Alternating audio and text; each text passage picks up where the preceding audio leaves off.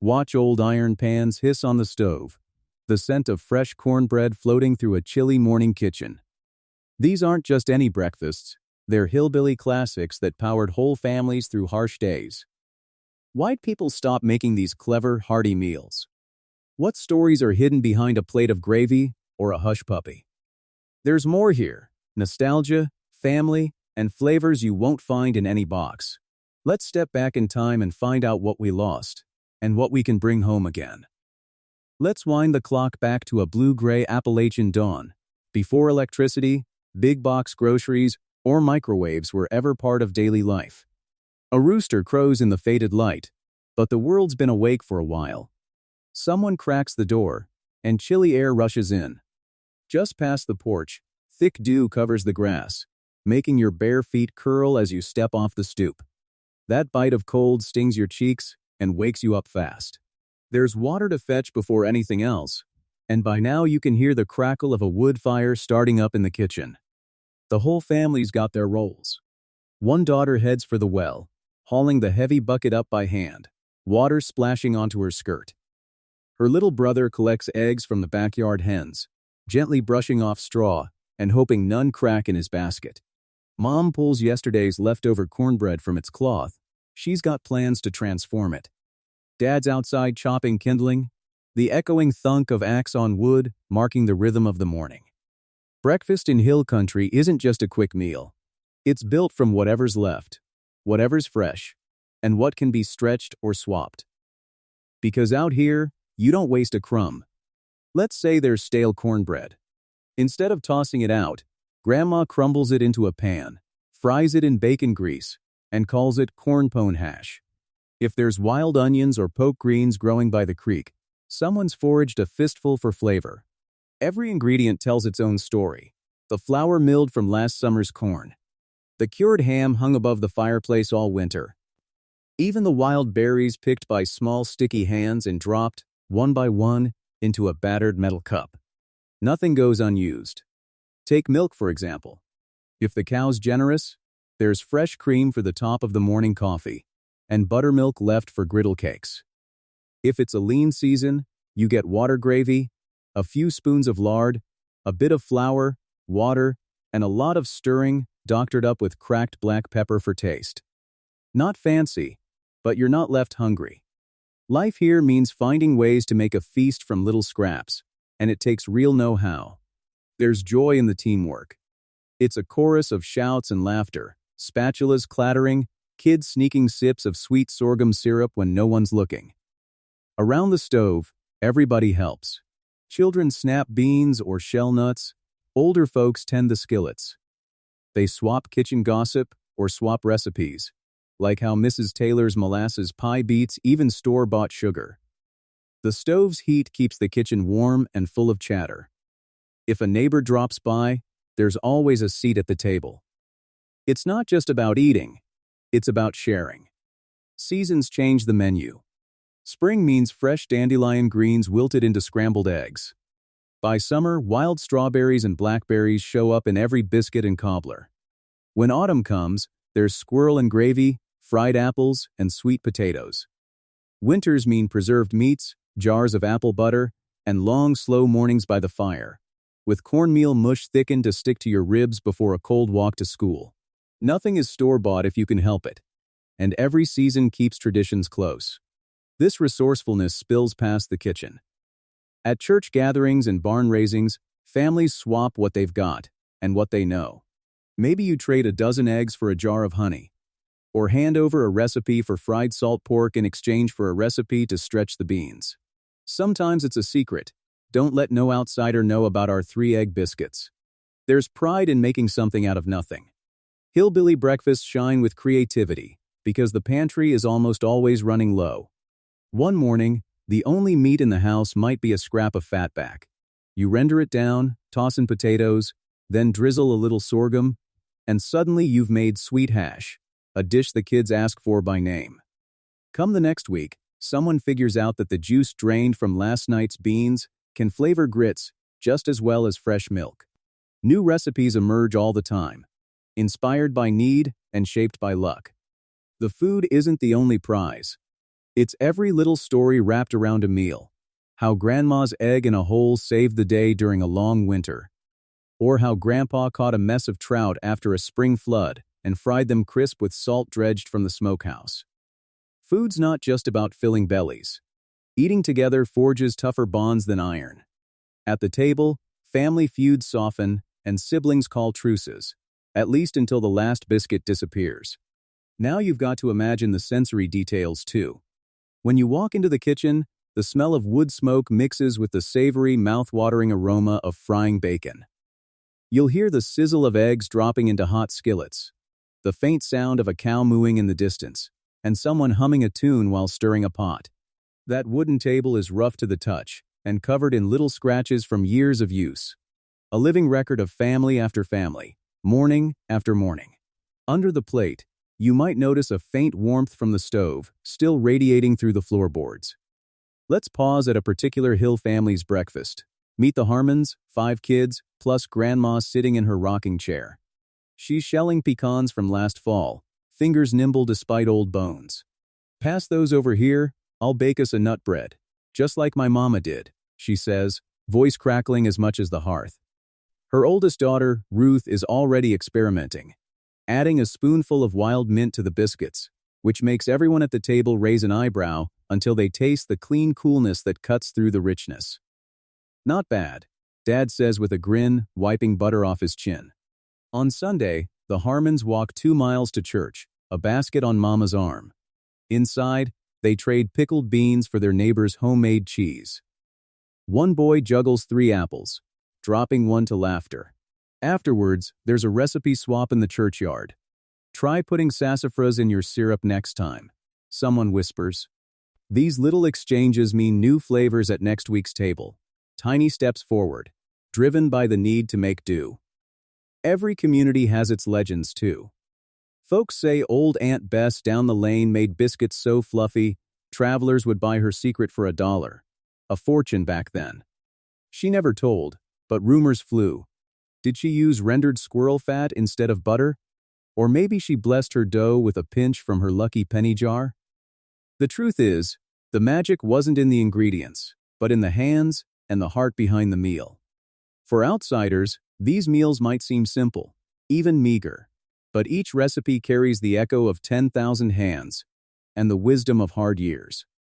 Every bite is layered with memory. That's why when you sit down to a real hillbilly breakfast, it tastes like more than just food. It tastes like belonging.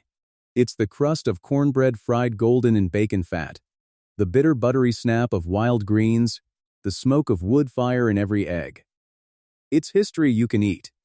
But the thing is, not every family makes these meals anymore. The old recipes, once born of need, have started to slip away as modern life creeps in. The kitchens still hold the smoke-stained pans, but fewer hands remember how to use them. Which leads us straight to the heart of our next story, the lost breakfasts themselves. What dishes filled these country tables, and how did they shape the mornings of folks who ate them? The list is longer and tastier than you might think. And that's not even the strangest part. Now, let's dig into the real treasures, the 25 breakfasts that once ruled the hills and hollers. Each has its own story, a flavor that could only come from a certain place, a certain hand. Some are scrappy and clever, some are sweet, some downright unusual. Most people outside these communities have never tried them, or maybe never even heard the names. With each description, picture the old kitchen sights and sounds, the chunky wood-top table, the soft dawn light, the crackle of kindling, and the rattle of metal spoons. Let's start strong with corn pone. This isn't fancy cornbread.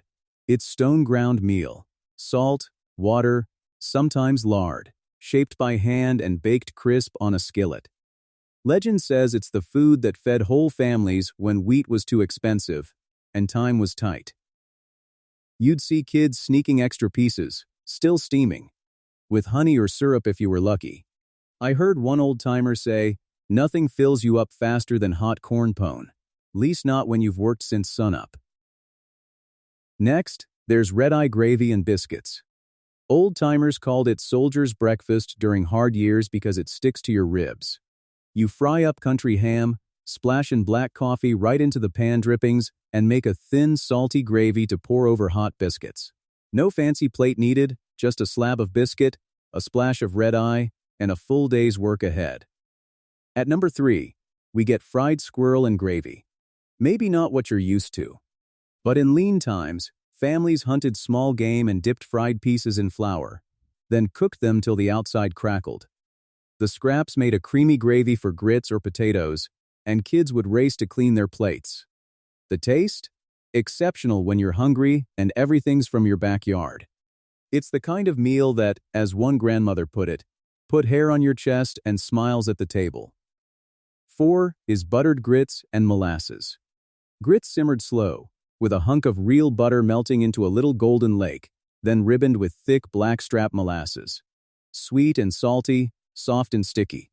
For kids growing up in the mountains, this dish was better than any ice cream treat. Even now, folks get misty-eyed just remembering the smell that filled the air. 5th comes tomato gravy. The recipe seems strange at first. Flour and bacon drippings, then stewed tangy garden tomatoes stirred in to make a bright, lively sauce for spreading over biscuits or leftover cornbread. Folks remember their mamas using up the last tomatoes from the vine before frost hit, turning scraps into a meal that glowed on stormy days. How about country eggs in a hole? Take bread, slice a hole in the center, drop an egg inside, and fry it up in plenty of pork fat until crispy. Sometimes they use cathead biscuits instead of bread. Out on a cold hillside, it's the fastest, tastiest meal for kids before school. Some say the crunch of that fried bread next to a warm yolk could cure the morning blues. 7th is sorghum syrup pancakes. These pancakes are chewy, earthy, and sweet because of the sorghum grown and pressed right up the road. Pour syrup straight from a battered metal pitcher and eat them up while hot. No maple required here. In family kitchens, the sound of batter sizzling was like a morning song. Then there's fatback crackling cornbread, made with the crisp bits left after rendering pork fat. Fold them into batter, bake it up, and get little pockets of crunchy flavor in every bite. Perfect way to spice up old cornbread. Some grandpas claimed it was as good as dessert, if you ask your teeth. Ramps and eggs lands at number 9. Ramps are wild Appalachian onions, strong as garlic, foraged in early spring. Fry them with eggs for a sharp, wild taste of the hills. You could smell ramps cooking from half a mile away, a scent families never forgot. One mother joked, "You knew supper was ready long before you came inside." Number 10. Fried green tomatoes atop a stack of hotcakes. Slices of tart tomato, battered and pan-fried, plopped on buttermilk cakes, and doused with peppered gravy. A rare, special occasion treat that made humble mornings legendary. Let's pause for a second at 11. Sawmill gravy and cathead biscuits. Thicker than red-eye, loaded with sausage or cured ham, poured over the biggest, fluffiest biscuits you can make. Each bite almost melts in your mouth. True comfort food on a rainy mountain morning. One uncle said, "You wake up to sawmill gravy, you know it's going to be a good day." 12. Potato cakes with wild onion. Mash leftover boiled potatoes, mix in chopped wild onions, shape into small patties, and fry till golden brown and crisp. Families use this to stretch leftovers, nothing wasted. Sometimes grandma would sneak in a pinch of cayenne for a surprise kick. 13. Buckwheat cakes with sorghum butter. Buckwheat grows well in rough soil, so it was common on tiny mountain plots. The cakes have a strong, earthy taste, served with a pat of butter whipped with sorghum syrup for sweetness. Some remember the hearty smell floating all the way outside to the porch swing. 14. Hush puppies for breakfast, not dinner. Simple little balls of cornmeal batter, fried to golden brown and popped in your mouth hot from the pan. Watching the batter bob in hot oil was like seeing breakfast magic in motion. 15. Liver pudding with grits. This one's a bit rare now. Pork liver ground and spiced, fried up crisp, and eaten with a big bowl of creamy grits. A farmhand once said, "If you could eat this at sunrise, you could face anything before sundown." 16. Cane syrup toast. Take slabs of homemade bread, toast them over an open flame or in the oven, and slather with cane syrup and a hint of butter. The smoky smell and sticky sweetness brought neighbors to the door, hoping for a taste. 17. Sweet apple fritters. Grated apples, a pinch of cinnamon, dropped in a thick batter and fried till crisp and golden, then dusted with a fine coat of sugar. Served warm, they made the whole kitchen smell like fall. Little ones would crowd the counter, reaching for the crispiest fritter. 18. Quilted donuts. Not like store-bought, these are rolled flat, filled with jam or fruit, and folded over before frying. Aunt May's favorite, and nobody else could make them quite right. Biting into one meant warm jam running down your chin. 19. Hominy hash. Hominy, made from dried corn, fried with onions and chopped meat if you had any, to make a filling, peppery hash. There were as many ways to make hominy hash as there were cooks in the family. 20. Wild berry dumplings. Summer mornings after a picking trip, leftover biscuit dough stuffed with blackberries and boiled in sweet syrup. Faces stained purple with berry juice were a happy morning badge. 21. Scrambled eggs with pokeweed. Only eaten in spring, picked young before it turns bitter and dangerous. Cooked right, it added a bitter bite to fluffy eggs, a daring dish and not for outsiders. Even the bravest cooks whispered a warning, just a little, and only in spring. 22. Country ham and red-eye jelly. Before jellies were found on every store shelf, folks boiled pork bones, added wild berries and sugar, and served sweet savory jelly on slices of salty ham. The mix of salty, sweet, and wild was unforgettable. 23. Grits pie. Grits left from supper mixed with eggs, sugar, and a splash of milk, then baked until just set. A homey custardy dish that says breakfast and dessert all at once. Spoons clinking against the pie tin was a sure sign breakfast was almost done. 24. Fried rabbit on rice. If there was luck in the traps, rabbit got dressed and fried, then served over a bed of white rice. Sometimes the only time of year there'd be such a thing as rice on the table. Hearing rabbit for breakfast could spark cheers in a sleepy house. And finally, number 25. Owl hoot eggs. This one's about folklore as much as food. Whip eggs with wild garlic and cheese, then bake in the ashes until puffed and golden. Some say whoever cooks this at dawn has good luck until the next full moon. As Granny used to say, if the owl hoots, better make eggs before the day wakes. Take a breath. Imagine the flavors rolling through that kitchen. These foods don't just feed the body, they warm the heart. Many were made on rough old stoves, indented skillets passed down for generations. Some relied on what crops or game the family gathered, others on what could be swapped at Sunday meeting. Almost all used cornmeal, sorghum, and home-cured pork, plus whatever nature provided. Sometimes peas or beans, sometimes nothing but wild herbs and salt. The sound of laughter or the hiss of frying meat made breakfast feel like an event, not just a meal.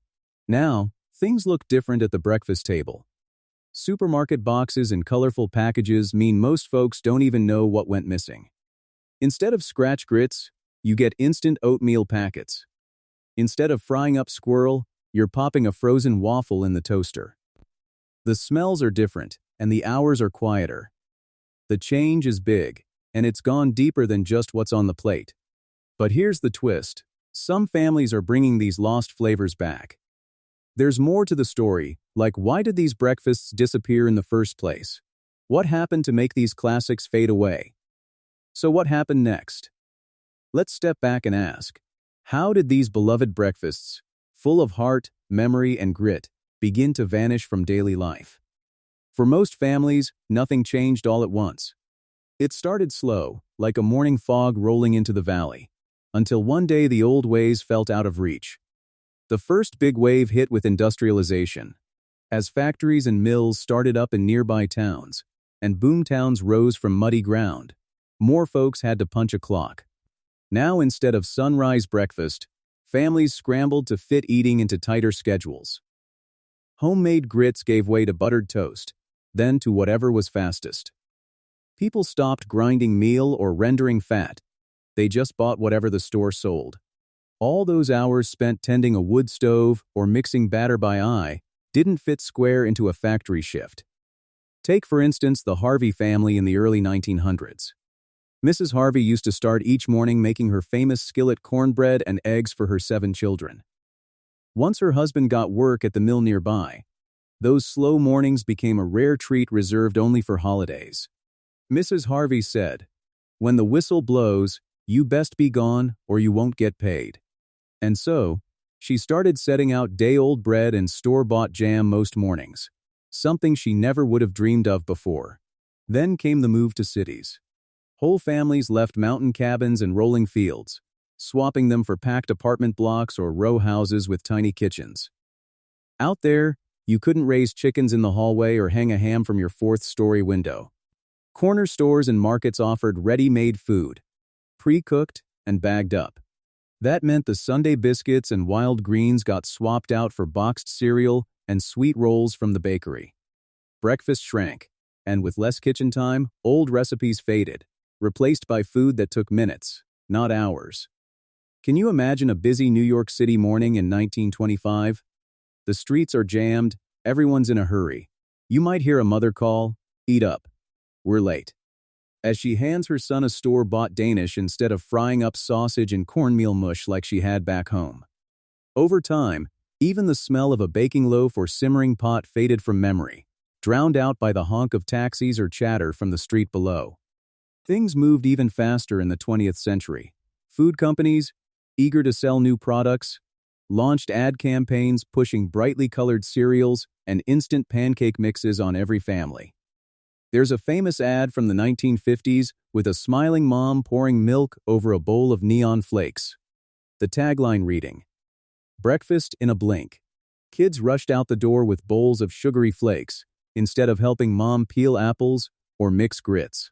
Parents, working more and earning just enough to get by, grabbed whatever filled the belly quickest. In old cookbooks, you can see recipes start to vanish. Meals that once needed a fired oven and clever hands went out of fashion, replaced by foods with cartoon faces and hidden sweeteners. Let's pause a second to imagine. A grandma stands in her quiet kitchen, the stove cold and silent. She's holding a worn recipe card for apple stack cake, faded with smudges and memories. But when she calls grandkids to help, she's met with a shake of the head. "Can we just have toaster waffles instead?" It must have hurt, laying down years of tradition for something boxed and easy. But the world demanded speed. Even in rural places, stores became the news center instead of the garden or the henhouse. Housewives who'd been celebrated for their perfect gravy or biscuits now competed with glossy magazine ads promising shiny, easy meals. The message was everywhere. Cooking from scratch was hard and old-fashioned. Factory-made food was modern and smart. With busier schedules, fewer young people learned from their elders. Kids helped less in the kitchen. Grandmas held on to their dog-eared recipe cards, hoping someone would want to bake with them. But often, they just cooked alone. Some recipes were never written down, and when the last person who knew them passed away, the knowledge was gone. Let's hear from Mr. Stechters Jenkins, a farmer from Mississippi, who said, "My mother could flip a biscuit as light as air, but when she died, nobody else in the family knew just how she did it. I tried to remember by the taste, but it never came out the same." Imagine the feeling, reaching for something as simple as breakfast, and only finding a memory. Economic pressures made things worse. During hard times, it felt safer to buy cheap white bread or powdered eggs than spend hours and risk a meal going wrong. Quick cook foods meant moms could leave home for jobs outside the house, helping the family stay afloat, but kitchen traditions suffered. Making do changed meaning, from stretching what you had to choosing the cheapest thing on the shelf. But it wasn't just about saving money or time. With each box of ready-to-eat cereal, part of the morning ritual disappeared. The sound of bacon sizzling, the warmth of a full kitchen, the way sunlight caught the flour dust as you stirred.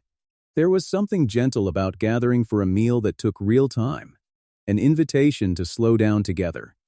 As these faded, so did moments of connection, between generations, neighbors, and even to the land itself.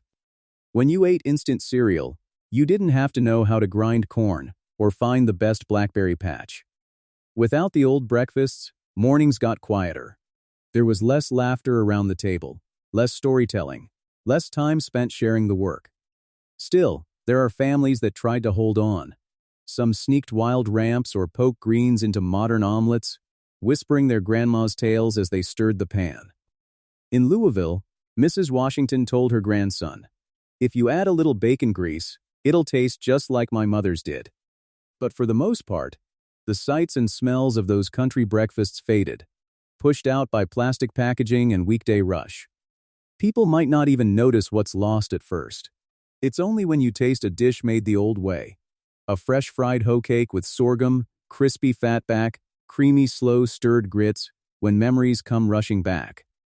Sometimes a single whiff of wood smoke in a kitchen is enough to bring tears to your eyes. Hidden inside are memories of loved ones, long-gone kitchens, and whole ways of living. So why did these breakfasts disappear? Convenience and change swept in, and slowly, a whole culture of ingenious morning meals slipped away. But the world's spinning again. More folks are hungry for something real, craving the comfort, the taste, the stories these breakfasts hold. The question is, how do we reach back and bring them into our lives again? Because behind every bite, there's a person, a memory, a story waiting to be told. And that's where the real heart of this tale lies, not just in why the recipes vanished, but in the people who remember them, who tell their stories and pass them on. Want proof? Wait till you hear what happens when an old recipe comes back to life. And then everything changed. Let's slow down for a minute and walk into a kitchen that smells like sweet apples, wood smoke, and hot bubbling gravy. In this room, voices echo off battered tin pans and flour-dusted tables. This is where stories live, kept safe in recipe cards and memory. Meet Sarah, who grew up on a ridge in Tennessee. She still remembers winter mornings wrapped in a scratchy old blanket, following the scent of biscuits into her grandma's kitchen. Some mornings, the dough would already be rising by the time my feet hit the floor, she says with a laugh, eyes bright. I'd watch my grandma's hands. She never used a spoon, just her knuckles and a feel for the dough. She'd sing the same song every time she mixed it. Rise and shine, it's biscuit time. Those biscuits came out big as your fist and vanished in seconds. Or listen to Tom, now a granddad, whose childhood in North Carolina started with fatback sizzling in an ancient black pan. My brother and me, we'd fight over the cracklins, he says, grinning, and I swear, Mama could hear us a mile away. That smell, it stuck with me. No matter where I go, bacon and wood smoke will always take me home.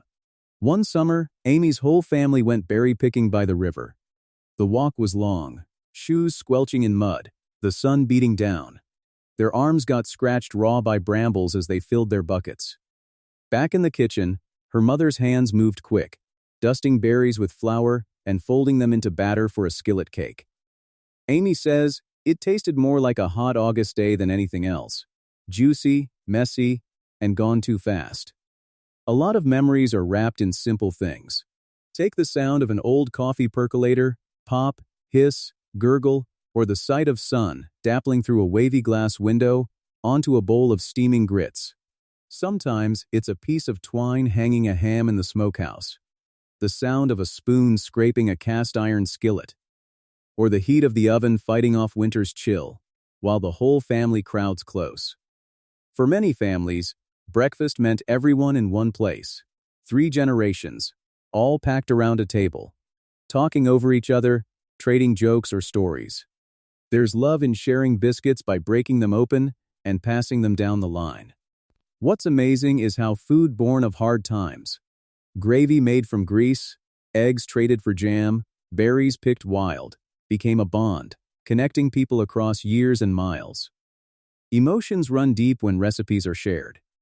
Sometimes there's laughter, remembering burnt cornbread or scrambled eggs that land on the floor. Sometimes there are tears, remembering hands that are gone, voices that only return when a certain dish appears on the table. Every recipe card with a scribble or a smudge tells a story. Don't forget to add lard. Use fresh eggs, baked at sunrise, eaten by noon. Families have treasures you can't buy. Consider the old warped biscuit cutter Sarah still uses, which belonged to her great-grandmother. Tom keeps a faded, oil-stained notebook that his dad carried through 2 wars, filled with scratched-out pancake recipes and odd notes. Best ramps picked after rain. Amy has a handkerchief with berry stains that never quite washed out, wrapped around a stack of hand-copied recipes passed down from her Aunt Jane. Passing recipes along isn't just about food, it's about holding on to something precious, a thread running through time. Sometimes they're shared at reunions, sometimes nobody sees the handoff except the giver and the keeper. Oral tradition matters here. A recipe is explained, demonstrated, tasted, repeated until it's as much a muscle memory as a list of steps. The stories tagged to these foods grow, shift, and stick. I remember how Grandpa always said, "Don't stir the gravy too fast, or you'll make it runny as creek water." Aunt Louise always let us lick the spoon, even before the jam was set. Food can hold a whole person in it, can tie a family together tighter than glue. And when traditions falter, or when families drift apart, making a dish once a year, even just one morning, is a doorway back. If you serve hot apple fritters from Grandma's recipe, you're pulling pieces of your past straight into the present.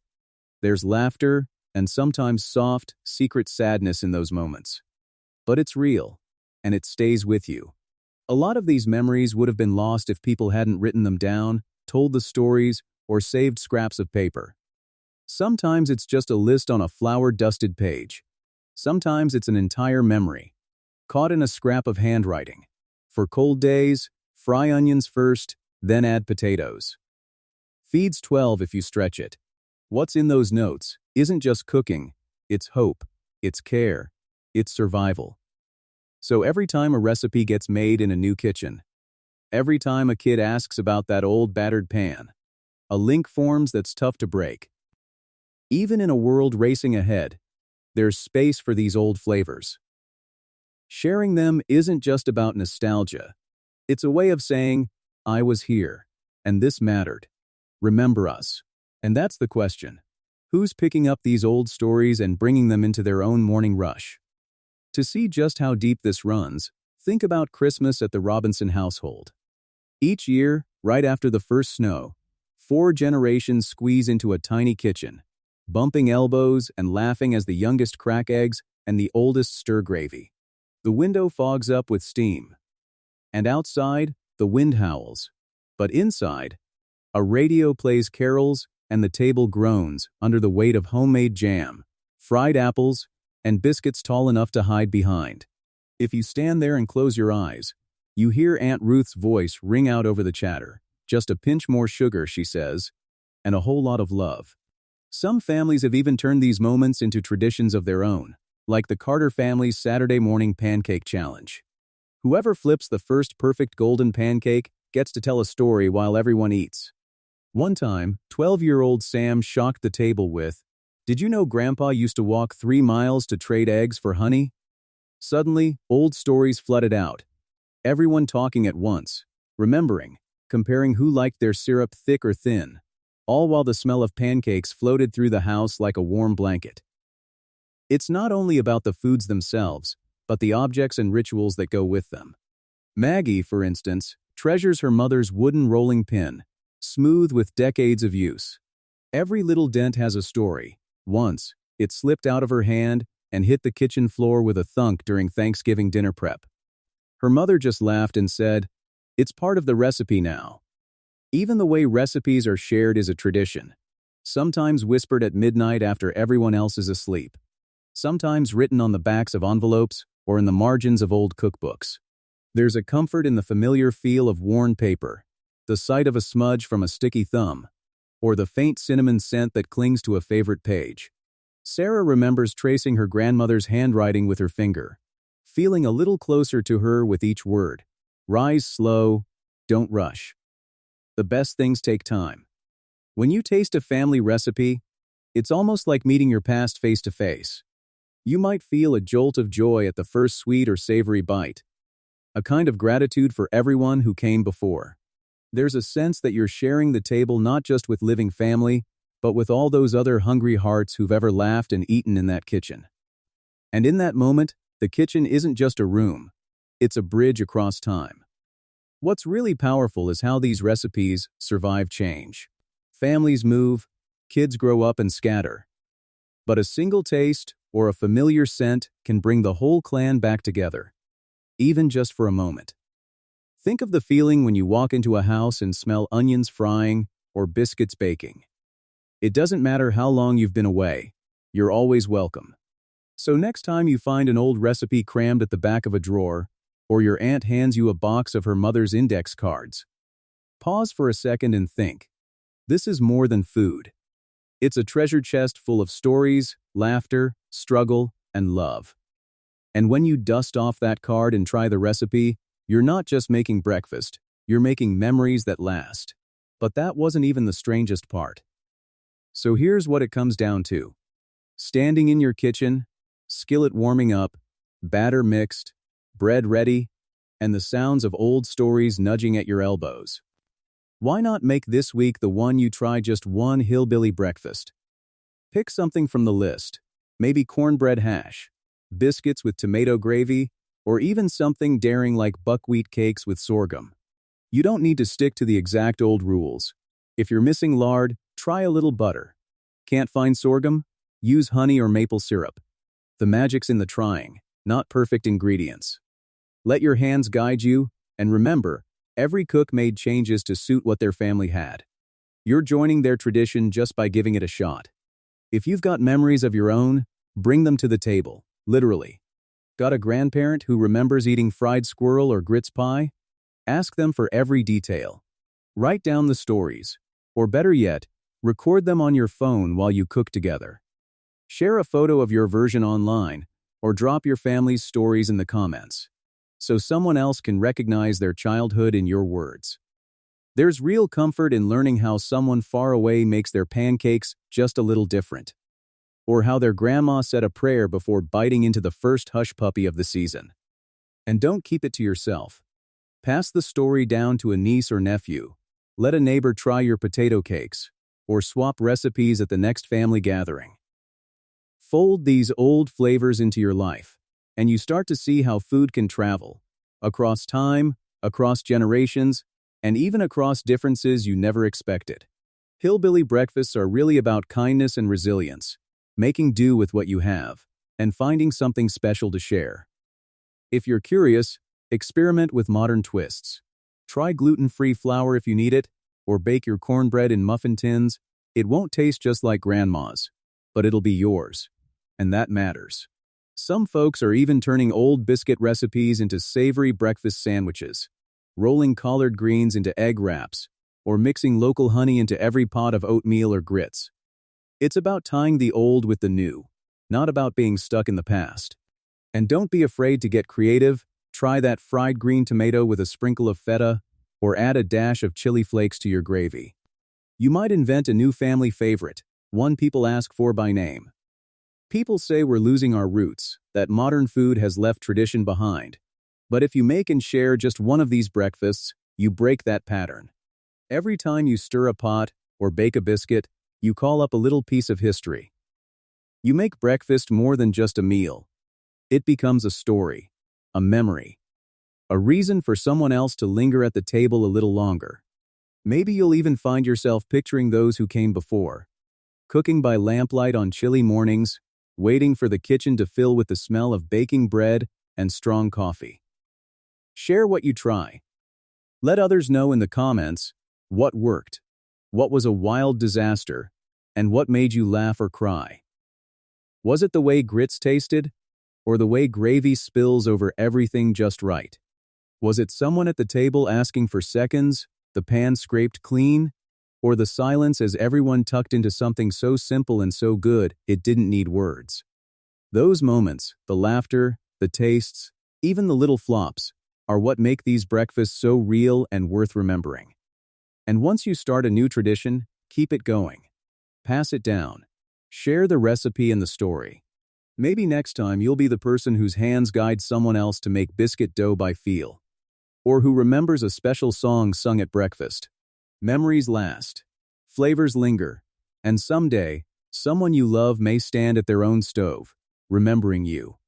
The cycle continues, and with every shared meal, the roots of your family history grow just a bit deeper. And if you liked this peek into lost hillbilly breakfasts, stick around next week for our deep dive into Appalachian desserts, where even sweeter stories are waiting. Plenty more recipes, memories, and flavors to share, so keep your skillet handy. What other foods are waiting in your family's past, just hoping to be remembered? That's something to think about the next time you flip a pancake or taste a bit of honey on warm bread. Maybe there's an old family jam recipe, or a bread no one's made in years, just waiting for you to bring it back to life. So go ahead, make breakfast, tell your story, and be part of the tradition.